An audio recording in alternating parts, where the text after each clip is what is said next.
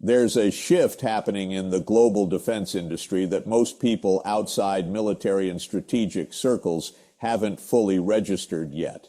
For decades, the hierarchy was clear and seemingly permanent. The United States, Russia, France, Britain, and a few others designed and built advanced weapon systems. Everyone else bought from them. That hierarchy is breaking down, and one of the most dramatic examples of that breakdown is happening in Turkey. Over the past 15 years, Turkey has transformed from a country that imported nearly all its advanced military technology into one of the world's leading producers of armed drones, naval vessels, armored vehicles, and increasingly sophisticated electronic warfare and missile systems. This isn't incremental progress. This is a comprehensive defense industrial revolution that's reshaping regional power dynamics and creating uncomfortable questions for NATO about technology sharing, alliance cohesion, and the future balance of power.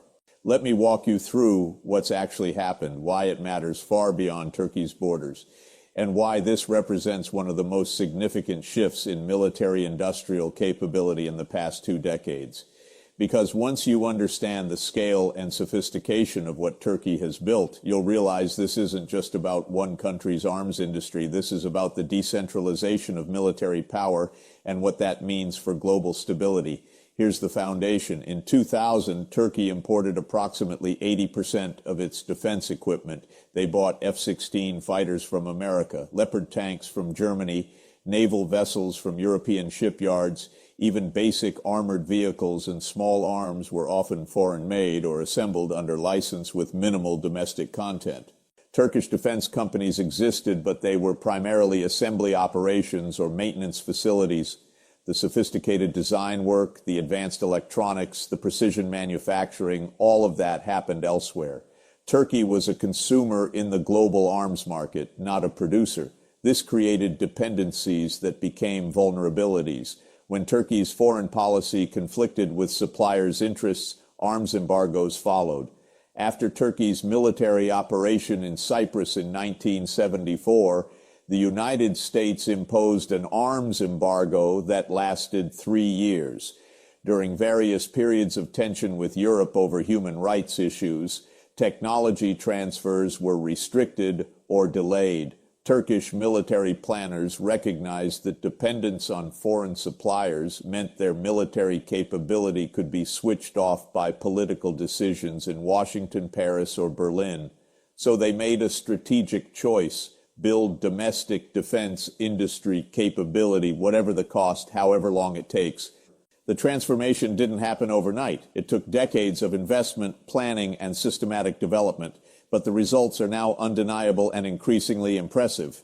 Start with the most visible success: armed drones. The Bayraktar TB2, developed by Turkish company Baykar, has become one of the most combat-proven and exported drones in the world. This isn't a prototype or experimental system. This is a mature, mass-produced weapons platform that's been used effectively in conflicts across multiple continents. Azerbaijan used Turkish drones to devastating effect in the 2020 Nagorno-Karabakh war, destroying Armenian armor and air defense systems. Ukraine has used them extensively against Russian forces, achieving notable successes against artillery, supply depots, and even naval vessels. Libya, Ethiopia, and others have purchased and deployed them. What makes this significant isn't just that Turkey built a functional drone. Several countries have done that. What's significant is the combination of capability, cost effectiveness, and operational success. Turkish drones cost a fraction of American equivalents while delivering comparable performance in real combat conditions. A U.S. MQ-9 Reaper drone costs approximately $30 million. A Turkish Bayraktar TB2 costs around $5 million. Both are armed, long-endurance systems capable of surveillance and strike missions. The price differential is enormous, and for many countries, it's decisive. Turkey has now sold drones to over 20 countries. They're not selling to wealthy Gulf states that can afford anything. They're selling to countries with limited budgets that want capability without massive expense. Poland, a NATO member, bought Turkish drones. So did Morocco, Qatar, and Azerbaijan. This is market penetration that challenges American and Israeli dominance in the drone sector. But the drone success is just the most visible part of a much broader transformation.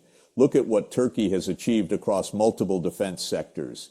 Naval shipbuilding. Turkey now designs and builds sophisticated warships. The Istanbul-class frigates, the TCG Anadolu amphibious assault ship, corvettes, submarines. These aren't simple patrol boats. These are modern, capable vessels with advanced sensors, weapon systems, and propulsion.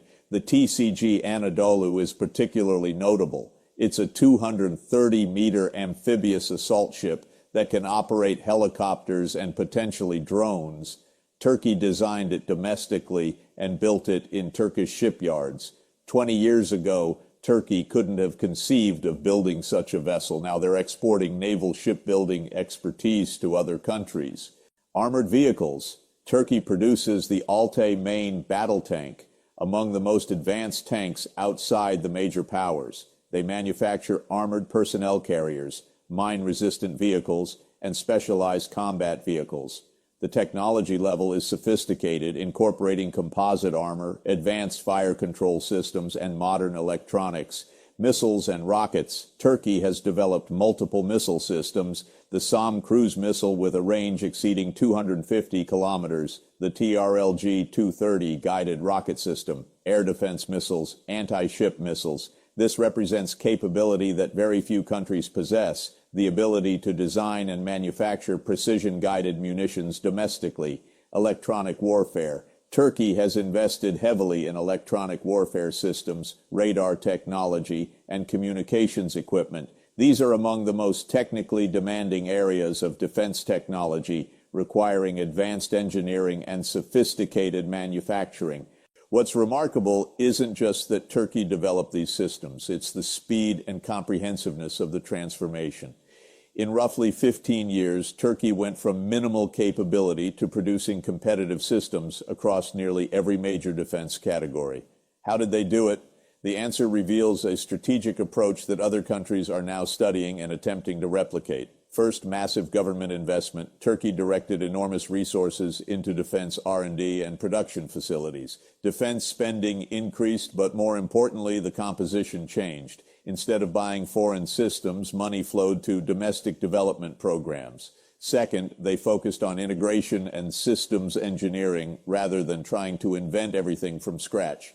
Turkish drones used some foreign components, Austrian engines initially, Canadian sensors, but the critical integration work, the design that makes components work together as an effective system, that's Turkish.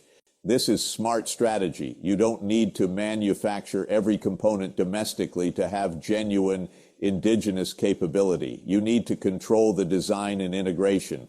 Turkey achieved that while gradually increasing the domestic content of their systems over time. Third, they created a competitive domestic defense industrial base. Multiple Turkish companies compete for contracts. Baykar and Turkish aerospace industries both produce drones, competing and innovating. This competition drives improvement faster than monopolistic state-owned enterprises. Fourth, they leveraged export success to fund further development. Turkish drones sold internationally generate revenue that funds next-generation systems. And the business model is sustainable, not dependent purely on government funding. Fifth, and this is crucial, they accepted that early systems wouldn't be perfect. The first Turkish drones had limitations, but they built them, deployed them, learned from operational experience, and improved. This iterative approach, building and improving rather than pursuing perfection before production, accelerated development. Now let me explain why this matters for NATO and regional power dynamics, because the implications go far beyond Turkey's military strength. NATO was built on a clear technological hierarchy. The United States provided the most advanced systems. Britain, France, and Germany contributed sophisticated capabilities. Other members were consumers, buying technology from the leaders. This hierarchy reinforced political hierarchies. The countries with advanced technology had more influence in alliance decisions. Turkey's defense industrial rise disrupts that hierarchy. They're no longer dependent on technology transfers from other NATO members. In some areas, particularly drones, they're ahead of most NATO allies. This creates independence that translates into political autonomy.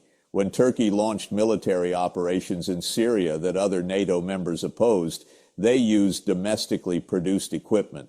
When European countries restricted arms sales due to political disagreements, Turkey wasn't constrained because they no longer needed those imports.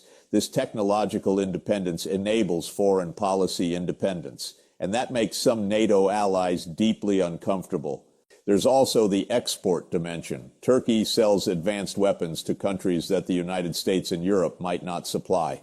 This creates influence and relationships independent of traditional Western defense networks. When Turkey sells drones to Ukraine, that's aligned with Western policy.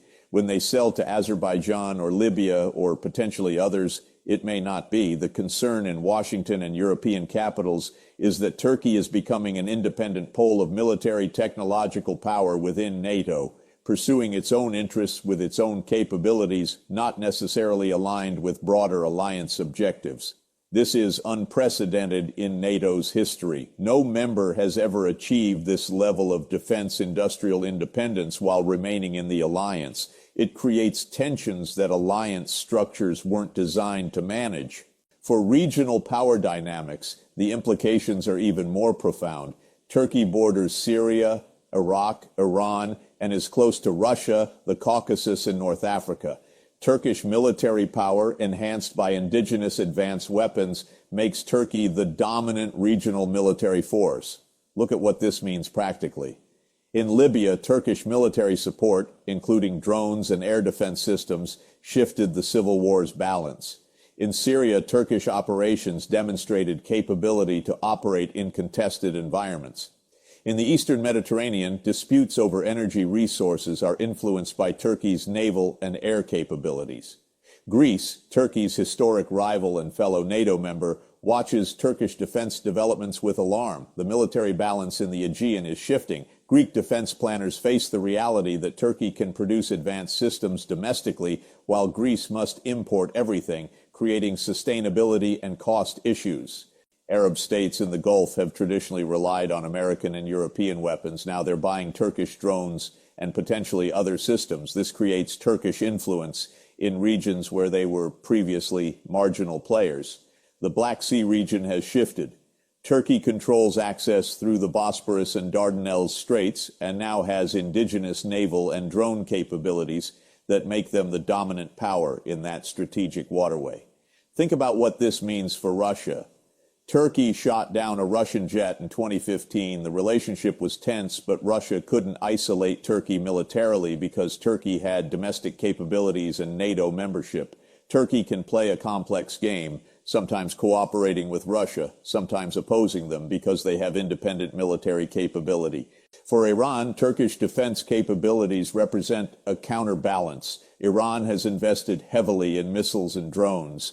Turkey's parallel development means regional competition is no longer one-sided. Israel has historically had overwhelming qualitative military advantage in the region.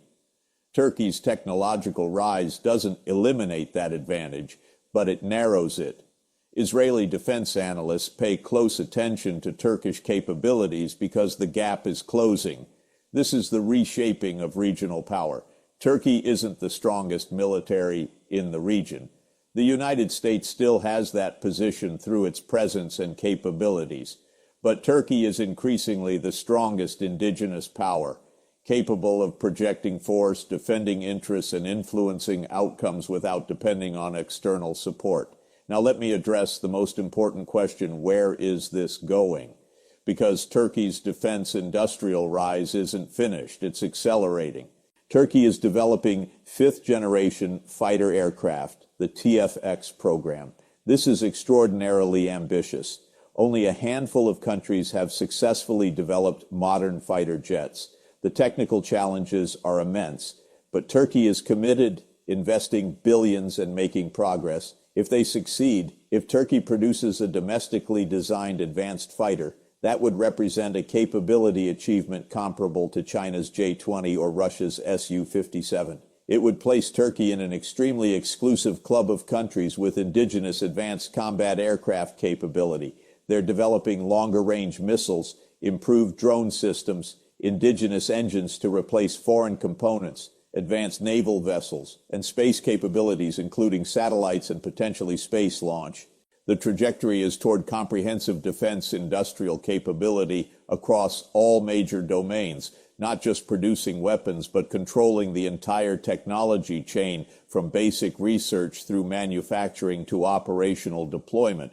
And they're sharing technology. Turkey is helping Pakistan develop drones. They're cooperating with Indonesia on military projects. They're positioning themselves as a technology supplier to countries that don't want to be fully dependent on the United States, Russia, or China. This creates a fourth pole in global defense technology. Traditionally, there were three: the West, led by America, Russia, and increasingly China. Turkey is establishing itself as an alternative, offering capabilities comparable to major powers, but with different political relationships and fewer restrictions on exports. For countries wanting advanced weapons without the political strings attached to American or European supplies, without subordination to Russian or Chinese influence, Turkey offers an option. That's geopolitical significance that extends far beyond military hardware. Let me give you the perspective I've developed from studying defense industries and geopolitical competition. Military technology has always been a foundation of power. The countries that could make the best weapons had the most influence. For decades, that capability was concentrated in a few countries. That concentration is breaking down. Not just Turkey, but South Korea, Israel, and others are developing sophisticated indigenous capabilities. The diffusion of military technology is one of the most significant trends reshaping global power. Turkey's rise is the most dramatic example because of the speed, the comprehensiveness, and the geopolitical implications. A large country, strategically located, historically significant, with a substantial economy and population acquiring advanced military industrial capability. That changes calculations across multiple regions. NATO faces questions it hasn't had to answer before. How do you maintain alliance cohesion when a member has technological independence and uses it to pursue policies other members oppose? How do you manage technology sharing when Turkey might export systems to countries the U.S. wants to isolate? Regional powers face a new reality. Turkey isn't just diplomatically influential or economically significant. They're militarily formidable with indigenous capabilities that can't be cut off by embargoes or sanctions. This is the breakthrough that surprised NATO, not because they didn't know Turkey was investing in defense industry. They knew, but the pace and success exceeded expectations. The sophistication achieved in relatively short time frames was faster than conventional wisdom suggested possible, and it's reshaping regional power in ways that will play out for decades. A militarily capable, technologically independent Turkey in NATO, but pursuing its own interests, is a new factor in Middle Eastern, Mediterranean, Black Sea, and even Central Asian geopolitics. The surge in Turkish military technology isn't stopping. It's building momentum. Each success funds the next program. Each export creates relationships and influence. Each technological achievement increases independence and capability. Turkey set out to escape dependence on foreign military suppliers. They've largely succeeded, but in succeeding, they've done more than achieve independence. They've become a significant military industrial power in their own right. That's the breakthrough. That's the surge. And that's why NATO is adjusting, regional powers are recalibrating, and global defense markets are shifting. Turkey's defense industry revolution is one of the most important military technological developments of the past 2 decades. It's not just about Turkey, it's about the diffusion of advanced military capability and what that means for the distribution of global power. The implications are still unfolding, but the transformation is complete enough to be irreversible. Turkey is now a defense technology producer, exporter, and increasingly a military industrial pole independent of traditional hierarchies. That's new, that's significant, and that's reshaping the world in ways we're only beginning to understand. The breakthrough has happened, the surge continues, and regional power is being reshaped by a country that decided dependence was unacceptable and invested everything necessary to escape it. They succeeded, and the world is different because of it.